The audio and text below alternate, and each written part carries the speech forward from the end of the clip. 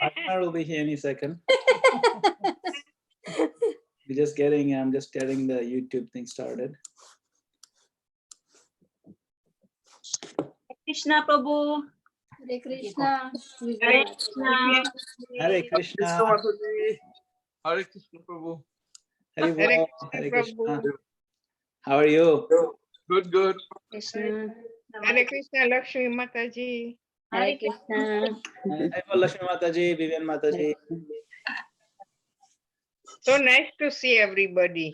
Vijayashri Mataji, K Mataji, everyone here. Good. Jagannath Prabhu.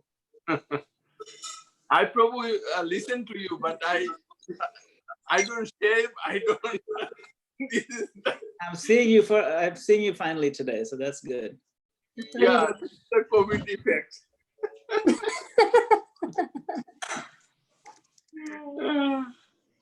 Even my meeting, we have a Skype meeting, and we can also conference. We can show our face also, but I never open my video there.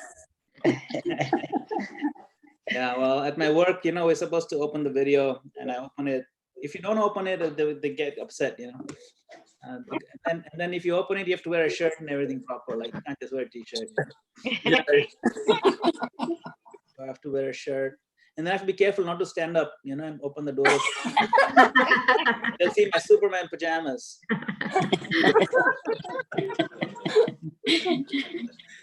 Yeah. Haribol, Minash Prabhu. Haribol. Haribol. All right. Hari Bol Minash. Anil Prabhu. Haribol, Auntie. Here Bol. comes Mansi. Haribol. Hari Bol Mansi. Hare Krishna, Auntie. Hare Krishna. Kem cho? Machama. Wow, everyone's on time. Okay, good. Haribol, Ashish Prabhu, and Hare Krishna Padma Mataji. And Monica Mataji, thank you for joining. So we can get started. Hare Krishna. Hare Krishna Rasapran Prabhu. Hare Bol, Prabhu, Hare Bol.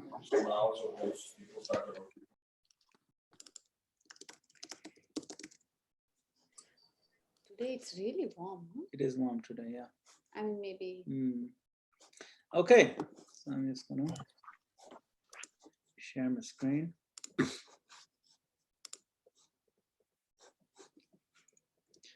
Okay, here we go. And Share screen. PowerPoint. Haribol, Pavitra. I Okay, hope I'll just sometime move I it. can. Haribol.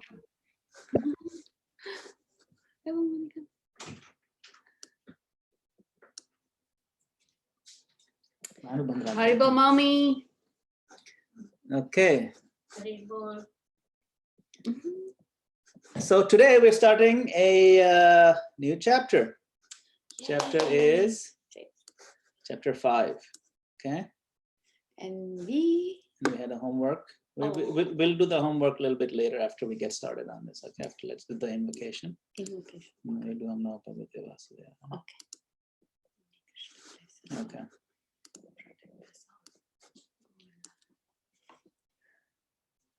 Om Namo Bhagavate Vasudevaya. Om Namo Bhagavate Vasudevaya. Om Namo Bhagavate Vasudevaya.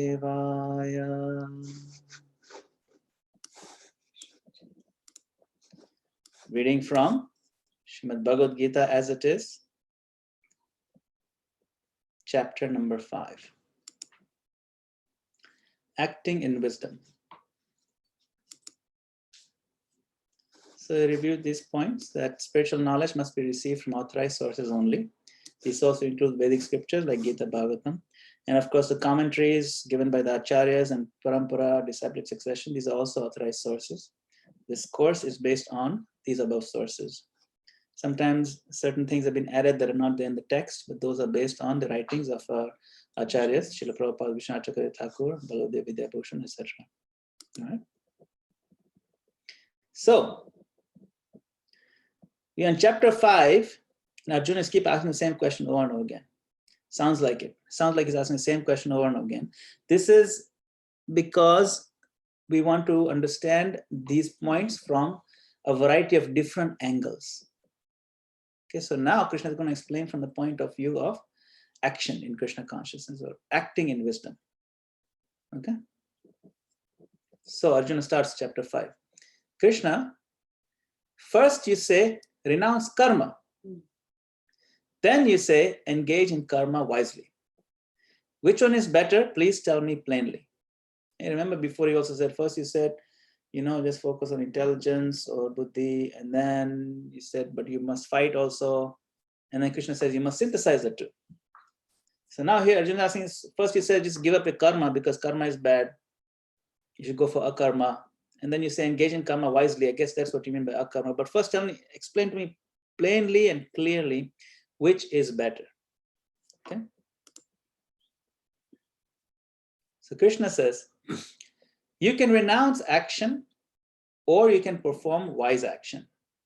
Both lead to the ultimate goal. Between the two, however, wise action is better.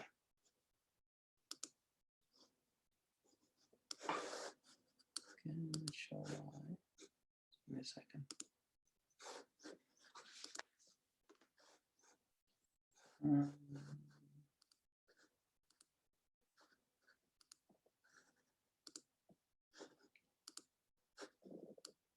Okay.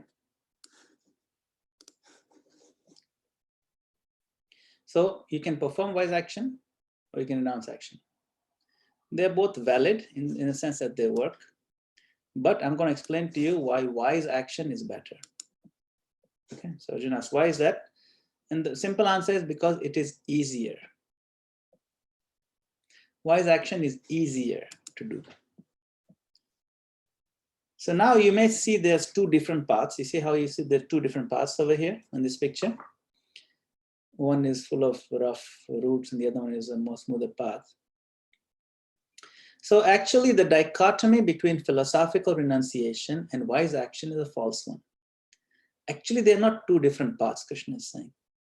Only a fool thinks that philosophy is different from wise action. The learned never say such things. You can achieve neither without striving for both. For the goal of philosophy is attained by action. See?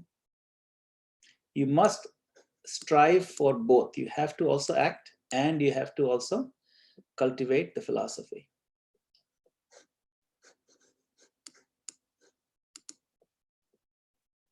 Philosophy and action are two aspects of the same thing. That is the right way to see it. Practical renunciation means being free from duality. So this is a definition, neither desiring something or detesting anything.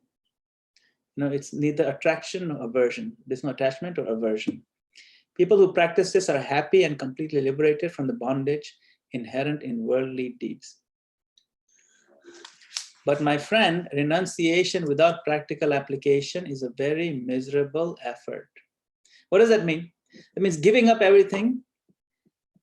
Everything meaning giving up society, giving up family, giving up interaction with other humans, giving up any kind of career, and completely just not doing anything. That is a miserable path. It's a doable path for some people, but even those people who actually do it have to undergo a lot of misery. Follow?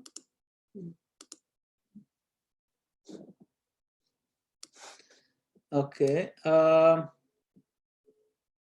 me see. Is anyone able to see the slides? Yeah, we can see. Yeah, I can see. You're still not able to see them? We can see them. Anil Bhai can see it. I can see. Lakshmi Mataji, you cannot see it. No, it's, I don't know. Can you minimize your screen and maximize it again or something, or go Do you to? reboot or something? No, I think it's.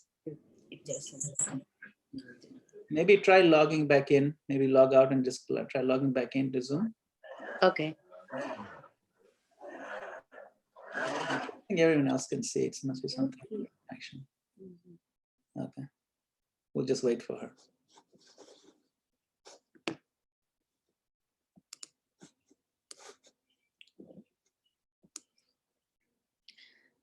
How was the preparation for homework? Okay, looks like she's back. I'm able to see it now. Thank you. Okay, good. All right. Okay. Back to this. So Krishna is saying that yes, there's the renunciation path is there for sure, where you can renounce everything, but it is very miserable, and I do not recommend it. Some people do it, but even what the hardship they go through, basically it's not worth it. It's what Krishna is saying. He doesn't recommend it. Better is just put philosophy into practice, and you will attain the spiritual goal easily. So that's the point. It's easier. It's not that the other is not valid. It's not that they're two different paths. They lead to the same thing, really speaking. One is easier and one is very difficult. One is full of danger, the other is less danger. That's why I say philosophy and action are both important, but wise action, which is combining the two, their synthesis is best. And this is like the third or fourth time he's saying this point. Okay, you got to synthesize those. So Arjuna asks, how can I tell the difference between wise action and ordinary worldly deeds? Similar to what he's asked before.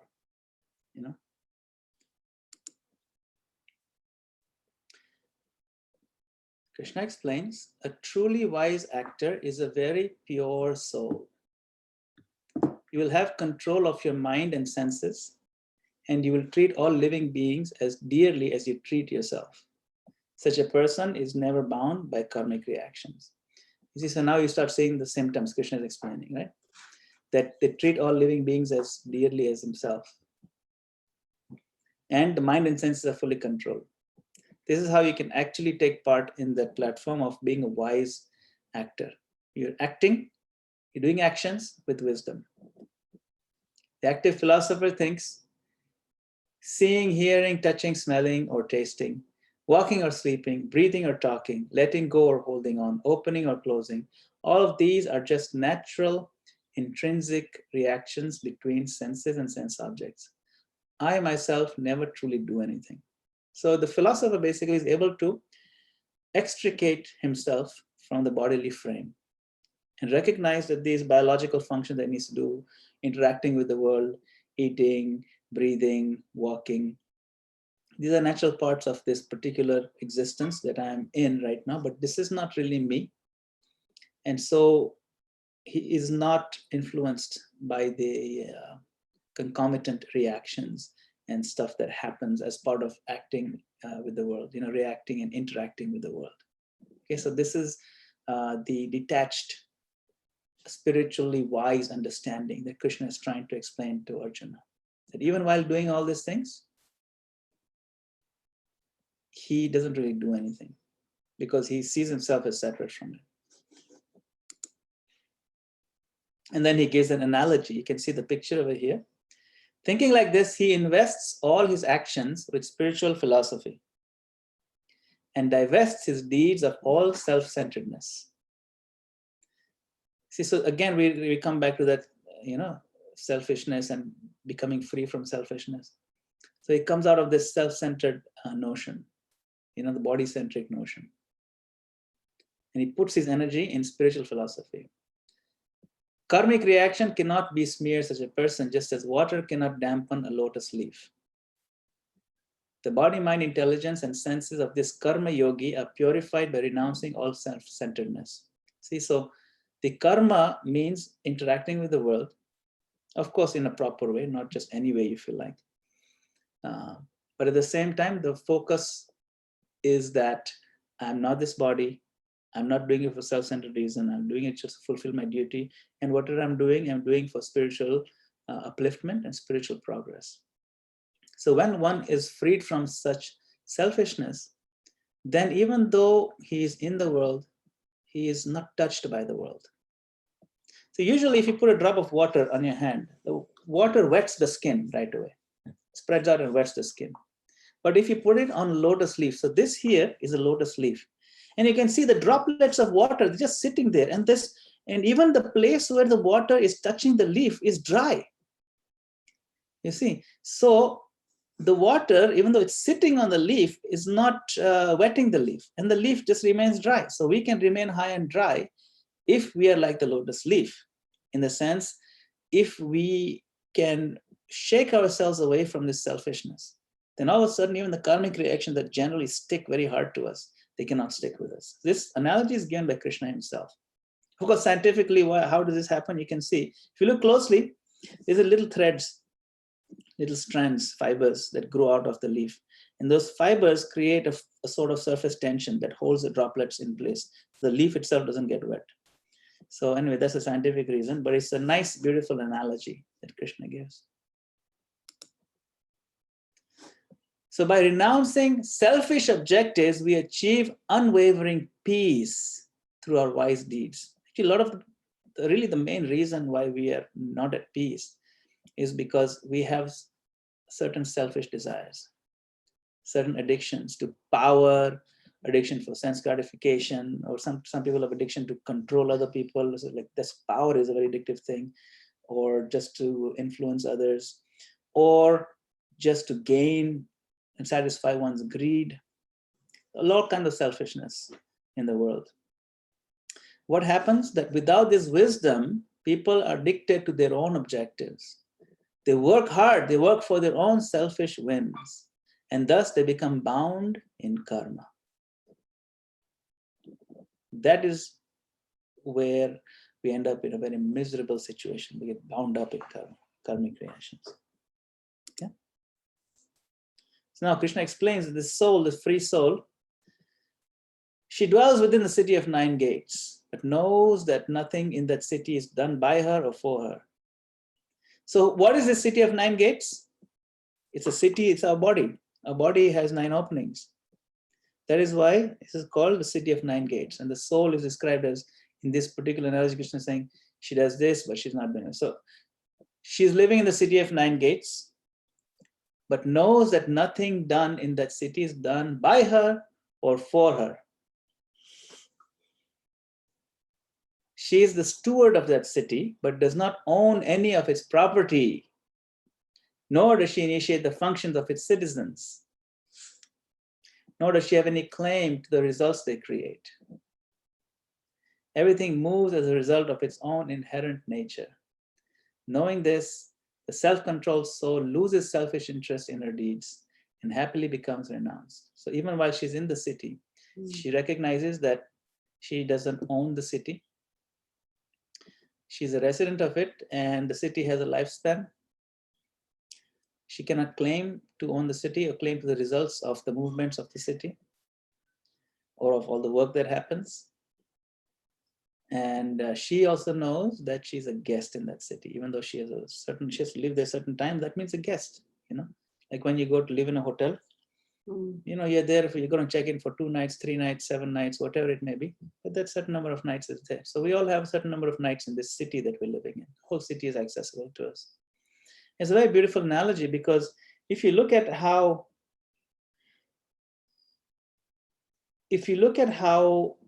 the body operates, how the different blood cells move around and how the different tissues operate, and you look even microscopically inside one cell, you see how the different RNA and the DNA interact with each other, and then there's messenger DNA, messenger RNA, and then they move around, and then there's a mitochondria which generates energy. I mean, it's like a whole city with cars and all kinds of incredible things that are happening. There's garbage trucks moving around, there's trains, and then there's information systems, and there's electricity flowing with the nervous system. I mean, it's just like a very complicated metropolitan city, our body.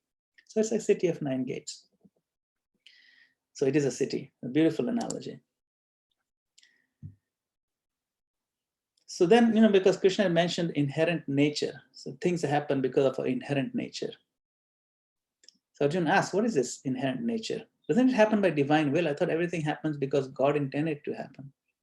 It is Krishna's will, or it is God's will. It is divine will that caused things to happen. Krishna says, no. Divine will does not cause good or bad things to happen. This seems to go against our understanding. I thought it's God's will, it happened. Something bad happened, it's God's will. Something good happened, God's will. Isn't that what it's supposed to know? That's Krishna as well. Krishna is saying no. He's saying no. Don't put it on me. Don't put it on my head. You are the one responsible. He says, fools cause such things because ignorance has eclipsed their wisdom. If someone makes a stupid mistake, or a mistake out of utter ignorance, and causes a lot of damage, you can't say that's divine will. Right? Here it's saying foolish people, they cause such things because ignorance has eclipsed their wisdom. See, you can see over here, they're tied down by the ropes of ignorance. See? So don't put it on me. It is not my will, Krishna says. Then Arjuna asks, are fools doomed? Is there no hope for someone who's foolish? And Krishna says, no, they're not if they stop being foolish. Wisdom is the opposite of foolishness. When wisdom finally rises like the sun, it destroys the inner darkness of ignorance and illuminates a higher path. So you can see over here, the sun is rising and it enlightens their thoughts, their soul, their attention, and their objectives. And the person goes through transformation of genuine happiness. It washes away all confusion and ushers them to the supreme revelation. So he's showing the transition from foolishness to wisdom. So if wisdom is cultivated genuinely, transcendental knowledge is developed, then it destroys our inner darkness of ignorance. We finally realize that life has a purpose. Life has a meaning. The soul's attention is directed properly and enlightens the thoughts, the attention, and we purify our objectives. So then Arjuna asks, when they attain such enlightenment, what do they become? And this brings us to our verse that we studied. They become very humble and learned. They see equality everywhere, in the teacher, the cow, elephant, the dog, and even the dog eater. So I'm going to now request the devotees, whoever has prepared, or if not prepared, doesn't matter, you can read it. So if you can please unmute yourself and read or recite the verse. Okay, I'll start. Okay.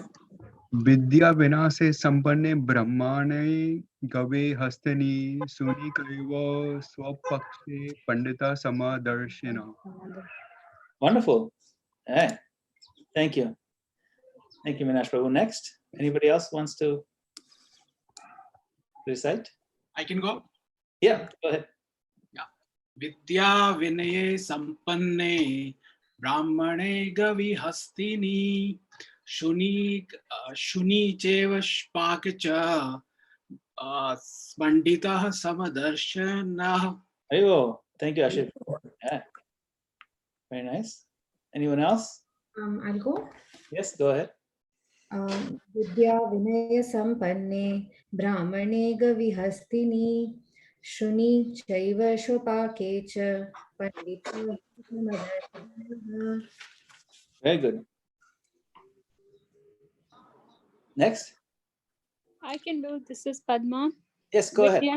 Vidya Vinaya Sampane Brahmane Gavi Hastini Suni Khaipa Bhake Pandita Sama Darshana. Wonderful. Thank you, Padma. Should I? Yes, please go ahead. Yeah. Vidya Vinaya Sampane Brahmane Gavi Hastini Suni Chaiva Swapakecha Padita Samadarshina. Wonderful. Thank you so much. Next. Anyone else? It's good. We should, when everybody recites, it's very nice because then we go through the recitation. It gels it in our mind and memorizes it. And Jagannath will Prabhu. No. Prabhu, you've been volunteered against your wishes. Okay. Vidya vinaya sampanne brahmane gavi hastini shuni chaiva sabha pakta cha pandita samadarsana. Vivian Mataji is doing very Very good. good. Very good. Thank you. Both of you did a great job. Next, go ahead. Rasapan Prabhu, go ahead. Yeah. Vidya Vinay Sampurne Brahmane Gavi Hastini Suni Chaiva Shapake Cha Pandita Samadasina. There you go. Thank you. Thank you, Rasana Prabhu. Yeah. Anyone else? I'm going, Prabhu. Yes, please do it. Vidya Vinaya Sampanne Brahmani Gavihastini Suni Chaiva Sapakecha Pandita Samdarshina. Very well. Good job. Okay, we have almost everybody tried. Please, whoever is remaining, please go ahead. Okay, I'm going. Yes. Vidya Vinaye Sampane Brahmane Gavihastini Suni Chaiva Shapakecha Pandita Samadarshani. Very well. Yeah. I'll try. Yes, please. Vidya Vinaya Sampanne Brahmane Gavihastine Shuni Chaiva Swapake Cha Pandita Samadarshina. Very well. Very good. Nice. Thank you. Next. Please volunteer. It's really wonderful to hear everybody speak this. When you haven't memorized it, when you read it, it'll help you. We'll have to call out on you then. If Yeah, we have to start picking on everyone. And Vijay Shri. Where is she? She has muted herself. Unmute, please. Mataji, only after listening, I'm saying I didn't do the homework. I'm sorry. No, that's Okay, no fine. You problem. can just read it if you like, though. Vidya Vinaya Sampanni Brahmani Gavihastini Suni Chaiva Swapakecha Pandita Samadarshina. Wonderful. Haribo. Anil ji. Where is he? Anil Bhai is there. He is there. He just needs to unmute himself. If you can unmute, please.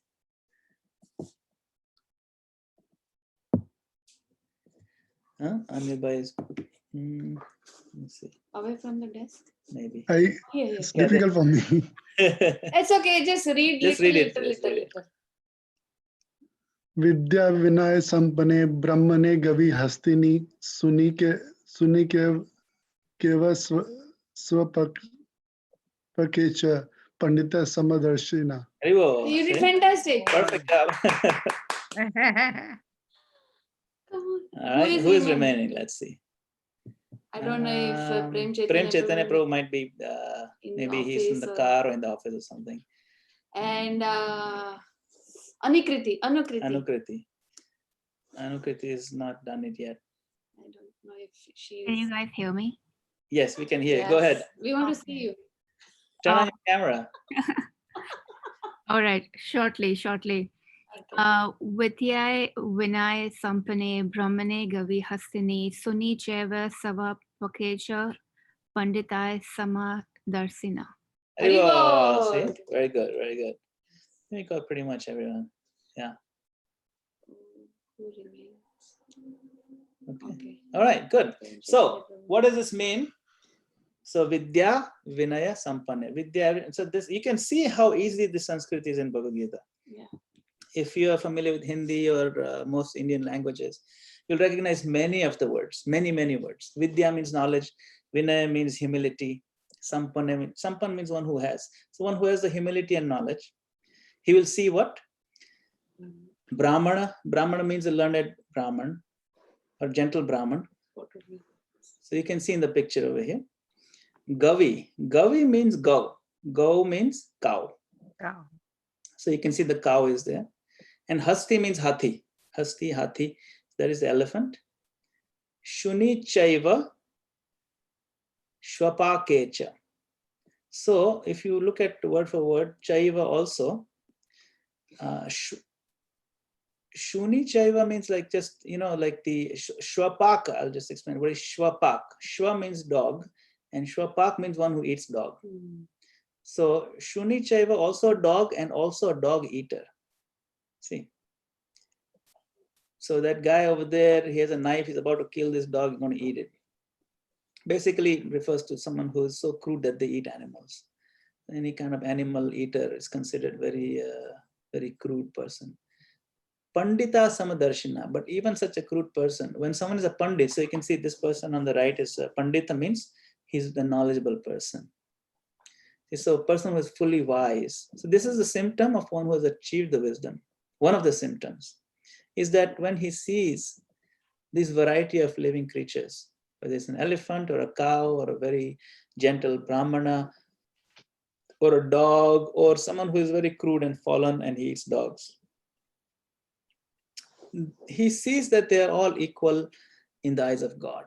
And therefore, if they're equal in the eyes of God, they're equal in his eyes too, because he sees through the knowledge of how God sees. We're all children of God. And that's the point. Equality is there in all living entities. And not just that only humans and then the animals we can kill and do what we want. No, no. Everyone has a right to live and everyone is a son of God, child of God. And so this is one of the symptoms of one who has achieved wisdom. Now, it doesn't necessarily mean that he will treat everybody or he will interact with each creature the same way. You know, if there's a tiger there, you can't interact with the tiger the same way you can interact with the cow or with the Brahmana. You know, the interaction may differ, but it recognizes that everything, every living entity is a child of God. And so this is one of the symptoms, right? So we will stop over here. We'll continue from this point next time. We've covered 18 verses. And if you have any questions or comments, we can discuss those right now. Prabhu, one question would be, why is there reference only to like certain animals, a cow, elephant, and a dog? This is just a sampling. It's like when you give a few examples. Let me give you a couple of examples, right? I can't put 8 million in my examples if I say, right? If I have to give all 8 million species that are in the list of animals, this is just an examples. And these are common examples that are fairly easily found in any village in India. Since this is generally initially aimed at that region. So that's why this elephant example is there. But generally you'll see cows and dogs in pretty much every country. So people can relate that even if it's a cow, even if it's a dog.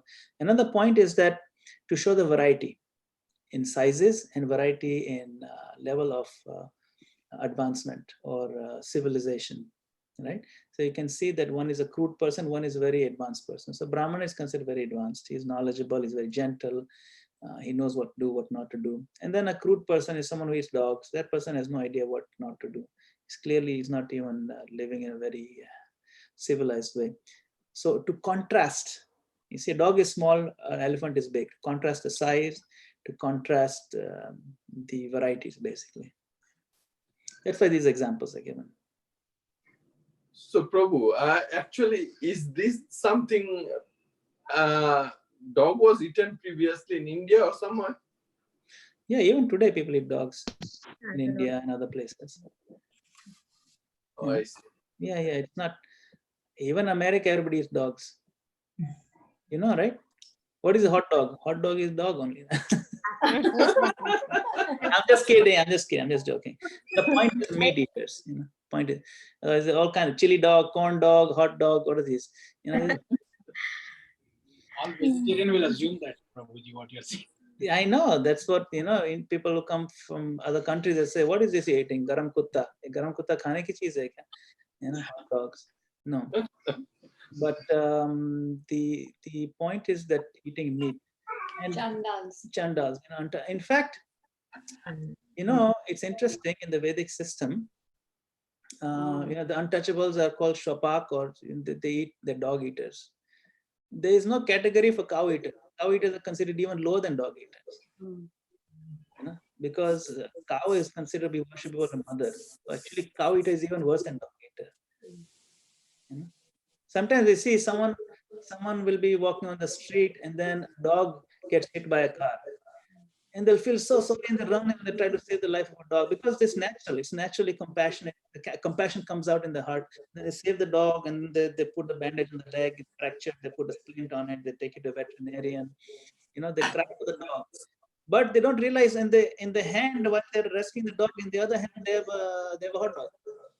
They can't make the connection, you know. They can't make the connection that there's a similarity between the meat that I'm eating and then this dog that has got hurt. It's the same thing. So that's why this knowledge is important, to see the similarity. not just across humans, but across the animal, different species also, you know. Because that's another issue here. You know, people will have a hard time understanding how can you be so cruel to eat dogs and horses. When they learn, say in Korea or something like that, people eat dogs, and another country they eat horses, whatever. They feel it's so disgusting. But how is it any less disgusting than eating chickens and cows and pigs? You know, it's the same thing. I mean, it's not that much difference. So this verse teaches that level of equality. It wakes us up a little bit more, you know, to this importance of being compassionate. It also teaches us of being compassionate across different races and different backgrounds and different countries that people come from. So you can see, like, you know, say discrimination based on skin color, or discrimination based on whether you're born in a so-called civilized family or non-civilized family, high birth, low birth, caste discrimination that happens, you know, high caste, low caste. All these things are not important in the eyes of one who is truly knowledgeable. See? So these are some of the lessons to be taken from this. And this is, as we saw, right, these are the symptoms of someone who's spiritually advanced. You know, Arjuna asked, right, what happens when someone is actually attained that enlightenment Krishna talked about? After they come out of their foolishness, wisdom finally dawns upon them, and they're smiling, their soul, their thoughts, everything is infused with revelation. The first thing Krishna says, they see everyone as the same, as what is called equal vision, and they're divine. Because you see in the painting, you can even see that Krishna, that this realized soul is seeing that there is a soul. You can see the spark over there. Then is also the super soul, and God is also there in everyone's heart. That is God in the heart. Krishna, you see. So basically, he sees the Paramatma and Atma both in the heart, and therefore he recognizes the divine position. That's very difficult though to like consistently follow that, because like when you see somebody who's hurt you or who's been mean to you, you know you're supposed to see the Lord in them, but how do you bring your mind back to that and you know not see their faults, or is it my own fault that I am seeing that? Yeah, so that's a good point. And it isn't easy to see at that level unless we are sufficiently advanced. The point is that Krishna consciousness will make us advance in that area. And it's one of the litmus tests. You know, it's one of the litmus tests to check ourselves. How much am I irritated by the other person's actions or attitude towards me? Have I improved compared to 5 years ago? I've practiced Krishna consciousness for 5 years. The same situation 5 years ago, and I'm feeling equally irritated, even more irritated today, then maybe I have not advanced as much as I should have. At the same time, it doesn't mean that we interact with every person and every animal exactly the same way. You know, when a snake comes, a cobra comes slithering toward you, it doesn't mean that now you take your time and bow down to the cobra. The cobra is not going to spare you. It's going to, you know, so we should not challenge certain physical laws. You know, if God is there, He'll save me. No, you have to also act in a proper way. You have to close the door or save yourself from the cobra. And if needed, you can even, you know, capture the cobra and put it in, you know, something. And if necessary, even kill if it's about to kill you. So those kind of things, self-defense and all those things are, you have to do according to time, place, and circumstance. But you don't want to be mean to somebody out of your own selfish interest, or you don't want to be mean to someone because you get pleasure by being mean to people. Now, if you see another person being mean to you because they feel pleasure by being mean to you, we don't have to then develop a mean streak against them. To maintain our sanity, we may want to avoid that person, depending on how advanced and mature we are, or to deal with that in a diplomatic and proper, wise way. But we also should not develop a sense of immature, say, revengefulness or holding grudges and all that. We have to, as we mature spiritually, we recognize that we only have a short lifespan to live. They may be going through some issues in their life, they're taking it out on us. That's their karma. Who knows? Maybe it's my karma that I'm suffering. It doesn't matter. Main thing is I shouldn't hold a grudge against them. I shouldn't spend 10 hours a day trying to figure out, imagining situation, how they will die, how they will get hurt. And we have, then what happens? You know what I'm saying, right? Right, So right. there are mode of goodness ways of dealing with situations who are mean to us, and the mode of passion, ignorance. Ignorance is we meditate on the person all day and night, someone who's hurt us. So now there are wise ways on how to interact with them, you know, and a lot of the times the wisdom dictates that we avoid their company. Sometimes wisdom dictates that maybe a conversation will help, because the person may be somewhat innocent and a conversation may clear things up. But that requires some depth of emotional maturity. Maybe some experience also helps in that area. And some people are better at it than others. But main thing is to be detached from what pain someone has given us. Always remember what good someone has done for us, and try to forget what bad someone did for us. Be more forgiving. That's the mark of a saintly person. So, and there's different ways to deal with those, but definitely we can use this equal vision litmus test to gauge our own progress. So, Prabhuji, sorry. Yes, go ahead, Mataji. Just on the same point that you were saying, that you are discussing just now, I wanted to ask that there are two, like in lighter situations, not extreme situations where someone has hurt you or you have been impacted by someone's, you have been wrongfully impacted by someone. The situation that you are just discussing. In lighter situations, you might have, you might not hold very positive feelings about about certain people. And then you said that the good way would be to analyze and then maybe avoid if it is, but what I'm saying is one thing is I could avoid, but the second thing is, even if I avoid interaction with such people in my own home, when I'm not in their company, still that meeting that I had in the morning with them, that might create a line of thoughts in my mind when I'm not facing that person.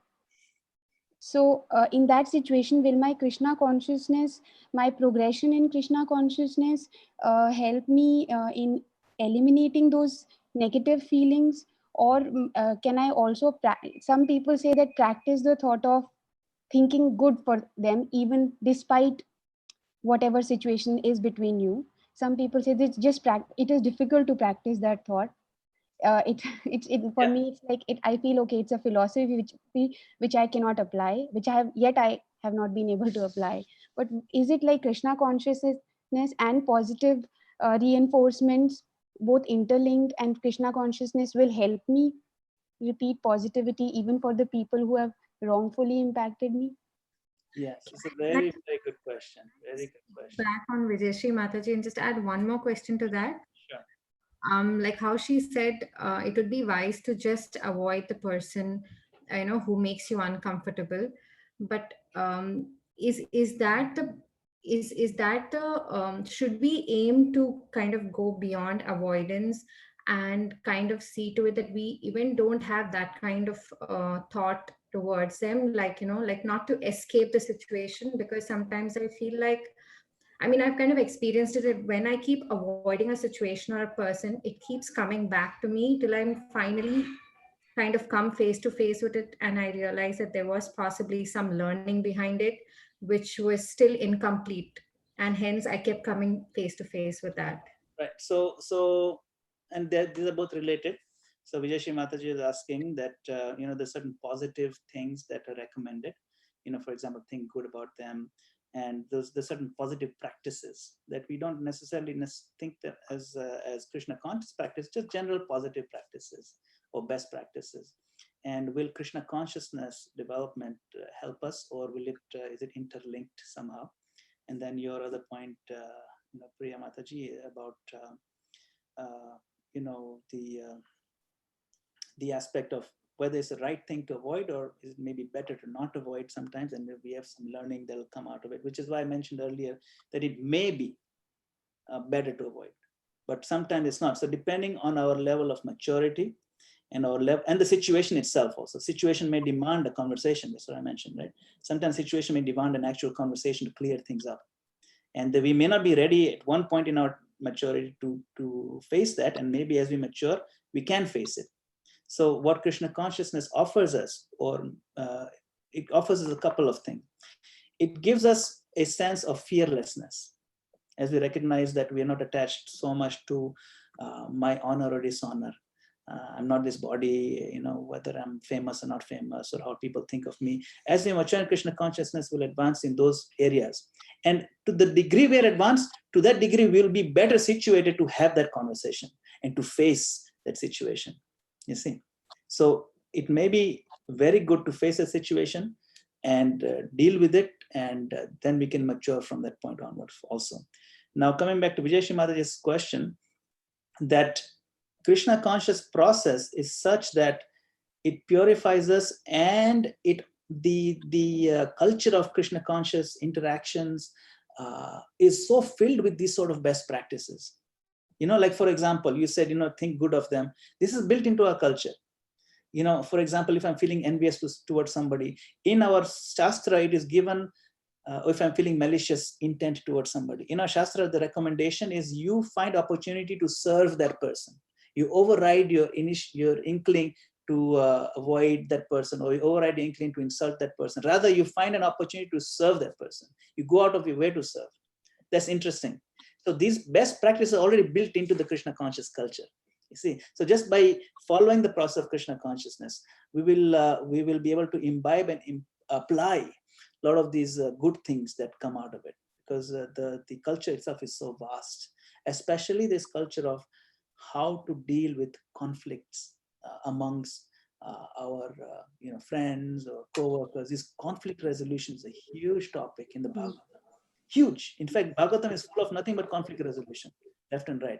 Conflict resolution between husband, wife, family members, friends, father and son. It's all over the place. Spiritual master, political leaders, all kinds of conflicts happen. How to resolve them with Krishna conscious science as the key solvent or solution provider. You see. So like what Priya said, you're like, and what you said, you serve them, you be kind to them, you be extra nice to them to overcome your own and to advance more in Krishna consciousness. But if it's it's not getting anywhere, and if and then like she said, is it Krishna trying to teach you a lesson and say, okay, you have to advance more, you have to learn more, or So remember, it's not that all conflicts can be resolved with the same silver bullet. You have to keep that in mind. This is why Bhagavatam has 18,000 verses, because it shows you how in a variety of conflicts the same approach doesn't work. Which is why I mentioned sometimes avoidance is actually a solution. It is. There are situations where avoidance is the best solution. There's no better solution than that. So it's not that it's not a solution. It's not that one is better than the other. Depending on the circumstance, depending on the time, place, and person. Time, place, person, and circumstance. Desh, Kal, Patra, right? And like Desh means place. Kal means time, and Patra means the person who's involved. These are all there are a lot of depths of complexities depending on the situation. So we have to analyze all that and then use our best judgment on which of these. And the judgment will be better as we study more and more the Krishna conscious histories and the science. Prabhuji, this is Padma here. Sorry, I don't have video. I'm not prepared for it. I just wanted to add a perspective here. This is something that I've learned, and I've been able to apply it for like some of the last few years, at least. Something that I've learned from my mother-in-law. She and also from my cousin. These two are knowledgeable from me compared to me, and I do listen to them a lot. Something that my mother-in-law shared is that whatever happens in our life, right, it is part of our karma. It's something that we don't realize. We do not know what we did in our previous life, and it's all revolving around like the people in our life also, like my husband or the spouse or my children, my mom and dad. These are all players from our previous life, like depending on what we have done to them or what they have done to us, and that's the purpose that we are living today. That is one awareness that we can take with us, that yes, there is a problem. And what my cousin told me is that a problem comes to help you, to help you cut off some of your bad karma. So when you have faced your problem and you have successfully come out of it, we are to tell ourselves that, okay, I have come out of this problem. Now one part of my bad karma is gone.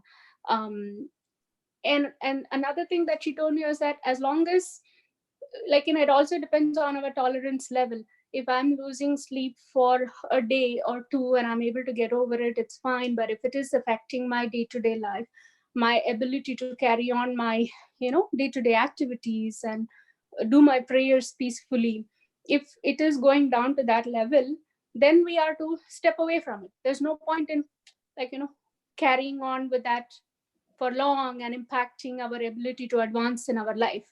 I just wanted to share that, that is a way in which we can calm ourselves. Yeah, great point. It's that recognition that this is our karma can immediately help us detach ourselves from the situation. Now, whether I should do something about it or to not do something about it, that requires divine wisdom.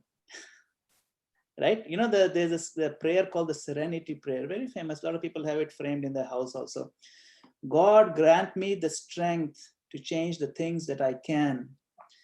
Grant me the ability, the strength to change the things that I can, the courage to accept the things that I cannot change, and wisdom to know the difference. Difference means what? Wisdom to know the difference between what I can change and what I cannot change. That wisdom will determine whether you're going to do something about it or you're going to walk away from it. You see, because certain situations you have to walk away, and certain situations you should do something about it.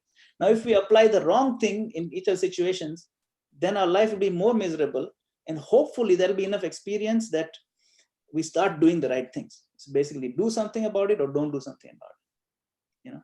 That's all. So God, please grant me the wisdom to walk away when I need to walk away, and give me the strength to do what needs to be done when something is supposed to be done by me. So that is the prayer that we pray to the Lord. It's a serenity prayer. It's a very common prayer. This prayer is actually the Mool Mantra or Mahavakya prayer for Alcoholics Anonymous. Alcoholics Anonymous, a worldwide organization that helps people overcome addiction to alcohol. And so the point is that we have to understand what we can do, what we cannot do. Also, the same situation, two different people, exact same situation, but one person can do something about it and the other person cannot do something. It wouldn't be good if this guy did something, but it'll be good if this same fellow, a different fellow in the same situation did something about it. So it all depends on the person, time, and place. But generally speaking, as we become more sattvic, as we cultivate more the mode of goodness, our tolerance level goes up, our maturity goes up, our ability to reason things out goes up, our ability to feel the other person's pain goes up. Paradukhe dukhi. That even if the other person is hurting me, it's probably a deeper hurt that he's having, and maybe I can help him. And that is like a higher saintly level, So we have to recognize our level and try to raise our level, tolerate more, give more goodness, give more kindness, and be nicer to people. Sometimes even overflood them with niceness. And then sometimes be firm with certain people when it's needed. Sometimes when you're dealing with certain people, we have to be firm. Even with our children, sometimes they have to be firm. We can't be nice too much to children. At a certain age, we have to be very firm with them so that they can also advance better. So there is no silver bullet that every time something happens, we apply the same thing. It doesn't work like that. It's a complex world. But Krishna consciousness will teach us best practices, and it will teach us how to be more emotionally stable in such situations. Because the more stability we have, the better decisions we'll be able to make. And that's the whole point. And stability comes with detachment, actually. That I have nothing to lose. I'm just a guest in this city of 9 gates for a few nights. When you have that deep realization, then the detachment becomes much deeper. Then the stability mentally also is much deeper. And from a place of mental stability, your decision you make will actually be much wiser. That is why this cultivation of knowledge is so important. The reflection on it is so important. And then praying to the Lord when we're chanting Hare Krishna is so important, because the energy to do that, the wisdom to do that, the courage and the strength flows from the Lord from above, actually. That's why the whole Krishna conscious process is a comprehensive package to help us deal with the world and help us come out of the world. It's a very beautiful package. So the more we learn about it, the more we apply it, the more we can start benefiting from it from day one. All right. So we can pause here, and for the next 5 minutes, we can do a little bit of application of this theory by chanting Hare Krishna, where we turn to the Lord directly, because Krishna is not different from his holy name. All right. So bring the players. Okay, Advaita is here. Okay, good. All the players are here. All right. Where are the kids? Where's Arjun, Aryan? Please call them. All the kids within your vicinity, please call them. And let us engage them, and let us engage our own senses in the service of the Lord. All right. Okay. Here you go.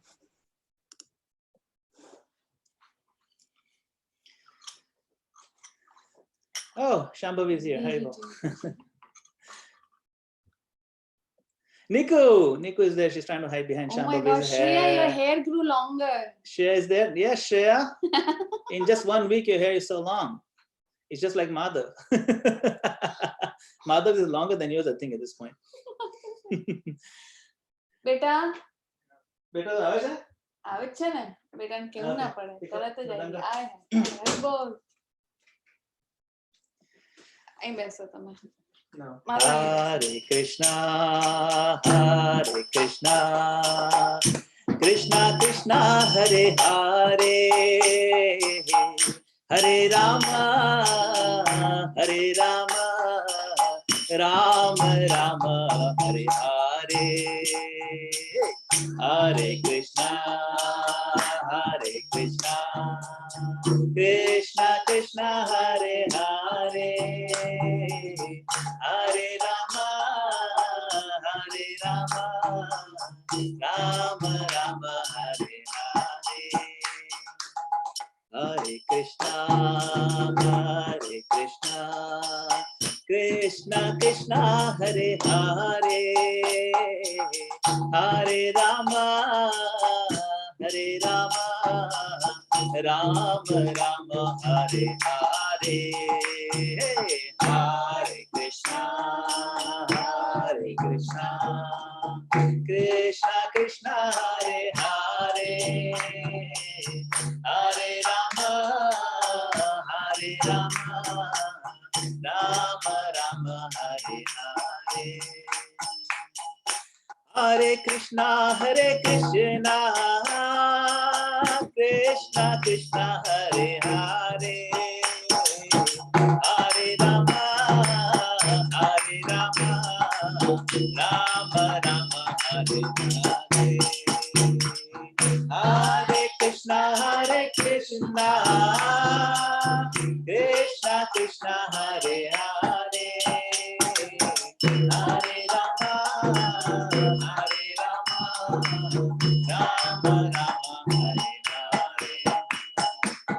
Hare Krishna, Krishna Krishna, Hare Hare, Hare Rama, Hare Rama, Rama Rama, Hare Hare.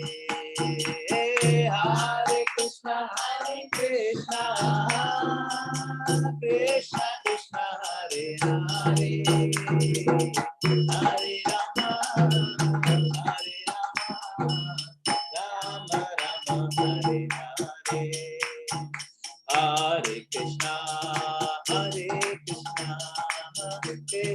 Krishna, Hare Hare, Hare Rama, Hare Rama, Rama Rama, Hare Hare. Hey, Hare Krishna, Krishna Krishna, Hare Hare, Hare Rama, Hare Rama, Rama Rama, Hare Hare. Hare Krishna, Krishna Krishna, Hare Hare, Hare Rama, Hare Rama, Rama Rama, Hare Hare. Hare Krishna, Krishna Krishna,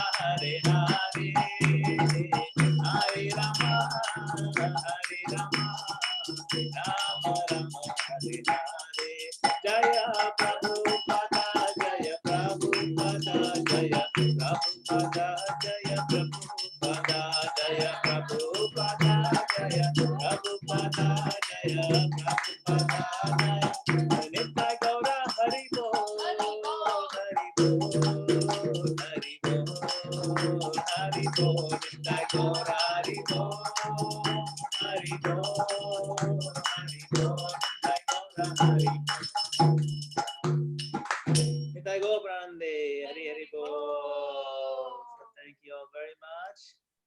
Hari Bol. Hari Bol. Hare Krishna, Hare Bol. Hari Bol. Hare Hari Krishna, Bol. Hare Bol. Thank you, Monali. Hari Bol, Hare Krishna. Thank you, Prabhuji. Oh.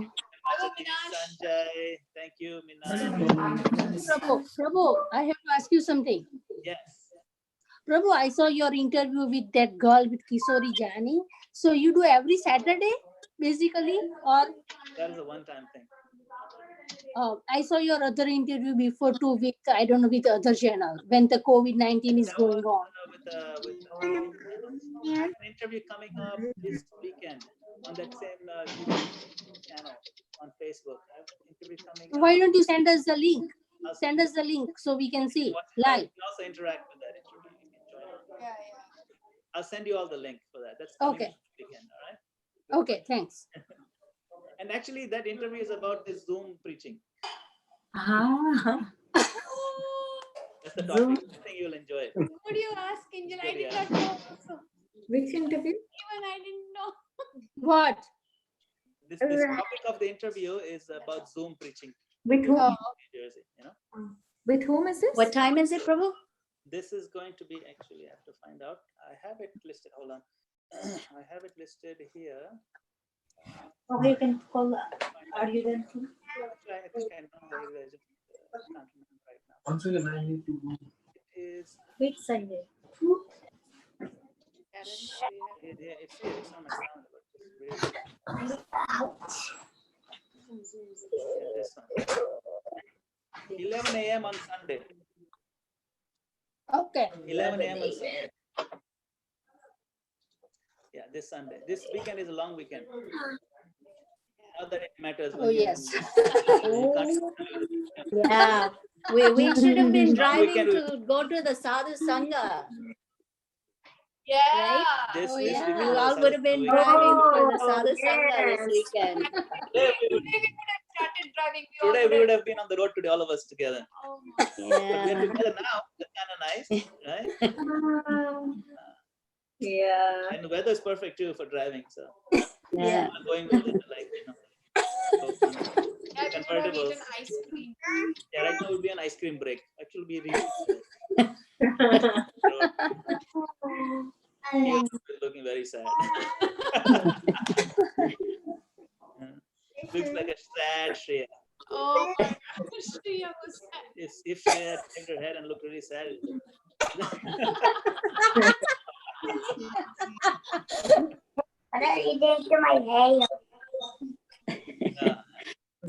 we should have all been together. Anyway, next year we should be going, hopefully, if the Lord will. Yes. Yeah. Krishna willing, will go. All right. Yeah. So this week and I have a homework for you. I have homework for you. If you don't send it, we'll send it out. But it is the last verse of chapter 5. That's a very important verse. It's called the peace formula. Bhoktaram Yagyatapasam.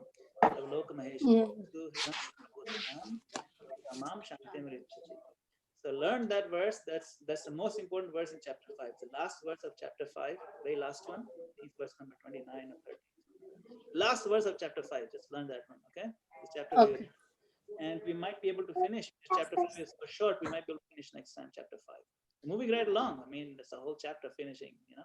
So we've covered a lot. And then I'm thinking after chapter 6, we will do a review of the first 6 chapters, like just the key points in one session. Yeah, that's good. Because Yeah. we'll divide the Bhagavad Gita into 3 sections, 6, 6, and 6. There are 18 chapters.